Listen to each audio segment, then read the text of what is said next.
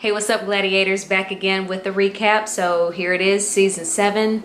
Yes, season 7, episode 2 of Scandal. So Liv in Orlando, and the reason why I call him that is because I believe he's the same dude who played Orlando on Being Mary Jane. Liv and Orlando are in a hotel, a 5-star hotel at that, where Olivia has been getting some 5-star service, if you let Orlando tell it. So she doesn't disagree that she's getting this 5-star service, and he asks her if she has a date to this state dinner, and she's just kind of like, man, she doesn't really answer his questions. She's not really interested in being his date to this dinner. Typical Liv. Abby is once again begging David Rosen for something, but this time it's tickets to the state dinner. Mind you, she used to work at the White House, but we're not going to get into that. So now she's begging David Rosen for tickets, and she's also trying to get tickets for Quinn, Huck, and Charlie, because they basically want to go there to rub elbows with the elite and the people with potential problems so they can get some clients. And so David eventually gets some tickets, and he has to give Huck and Charlie tickets under fake names, because Chuck and Charlie, why do I keep calling him Chuck? Huck and Charlie aren't their real names anyway, so now they have even more fake names to go by to attend the state dinner. Mellie's goal this episode is to get peace in the Middle East. Basically, she's trying to charm the president of Bahrain to get him to agree to a peace treaty. Oh, and she also goes into this whole, like, what's the word? She goes into this whole speech about how she hadn't gotten any action. She basically has some itches that needs to be scratched, and she basically says how it's hard to get her itches scratched because men are intimidated by powerful women, and not only is she a powerful woman, she's the president of the United States, and basically don't nobody want to play with her, and she can't get anybody to buy her any toys to play with because, yeah, so basically she has a bunch of first world problems and she needs to get some. Liv and Mellie laugh about her lack of penis in her life, and she basically says, look, that's the price you pay when you're a woman of power. It's a lonely life, I get it, but you'll be all right. Remember I mentioned that Mellie was trying to charm the president of Bahrain. He's basically being difficult. He's not really trying to be on this peace treaty bandwagon because I guess of something from the country where he's from. So Liv doing what Liv does, she's like, Jay, old boy's not cooperating. Find some dirt on him because I need to get this thing going, and that's the quickest way Liv can get the things that she wants out of people. Usually is to blackmail them. I'm realizing that about her now. Meanwhile, QPA, that sounds so weird, Quinn and her people are at the state dinner, and they're basically trying to network and rub elbows with the big wigs and be like, hey, this is what we do, whatever. And so Charlie is there under the alias of Kevin, and so Quinn goes into this elaborate lie about how Kevin's family is from this place and they do all these things. Meanwhile, Chuck, why do I keep calling him Chuck? Charlie's kind of looking at her like, you know, whatever. You can tell he's clearly uncomfortable, but that's happening.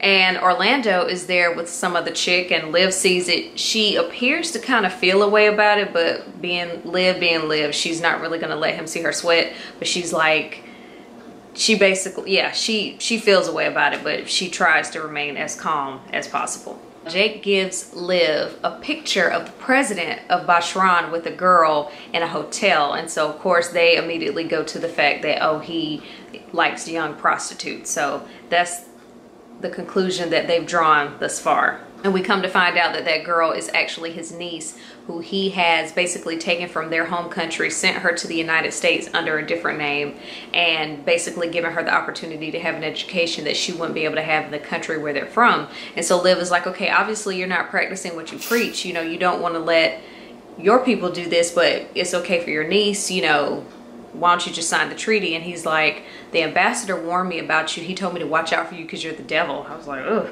So she tried to blackmail him, but it didn't work because, like I said, they concluded that that was his niece, and he still is not about the blackmailing life. He's like, no, I'm leaving. You know, this is what y'all do. Y'all just try to like bully people into doing what you want, and I'm not about that life. So he's in the process of leaving. During all of that, Huck, poor thing, he's trying to make small talk. He's talking to a guy who's in the military because that's what Quinn and, what's the other girl's name? The redheaded Abby, yeah. Abby tell him, like, talk to military people, like, those are your people, y'all should have something to talk about because you're scaring everybody else. So he's talking to this guy, and you know, they're bonding over weapons, and he looks and he sees that his medals aren't in order. And basically, if he's a military man, the way he's coming off to these people, like he's pretending to be, his badges should be in a certain order. So Huck immediately knew something was up. So Huck alerts the proper authorities, and you come to find out that the dude who is masquerading as a military man is actually Bashrani, and he's there to kill the president. So, you know, in true dramatic fashion, he pulls the gun up, and you know, he's just about to shoot, and then here come the people busting in to save the day. So the president of Bashran is safe. Olivia takes Orlando from his date. I told you she felt away. She takes him from his date, and she's like, look, you know, all this good stuff happened to me today. Mellie and the president were able to kind of work out some kind of peace agreement where they involve another country that Bashran is beefing with. She's basically going to try to get Bashran and that other country to kumbaya, and then like all three of them can all get along. So she's like, look, all this good stuff's happening, so basically all this good stuff makes me horny, so let's go do something about that. So he's like, oh, well, what 5-star hotel gets, you know, the pleasure of having us rub nasties in there? And she's like, none of them. So she takes him to her house. They're going up the elevator, making out like teenagers.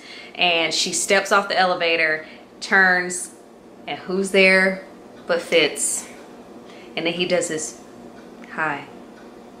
And then she's just standing there like, oh shit, because he just caught her getting out of the elevator, clearly about to go do something nasty with another dude, and here he's standing here. So I can't wait to see how she's gonna try to, you know, get around that, and where has he been? But apparently that question will be answered Thursday. Today is what, Monday? Today's Monday, right? Yes. So that question will be answered on Thursday as to where Fitz has been this whole time. So still holding out hope that somehow they're going to work this thing out. Mellie is kind of vibing with the president of Bashran, like when they kind of talk and decide to incorporate this other country and kind of try to all work together.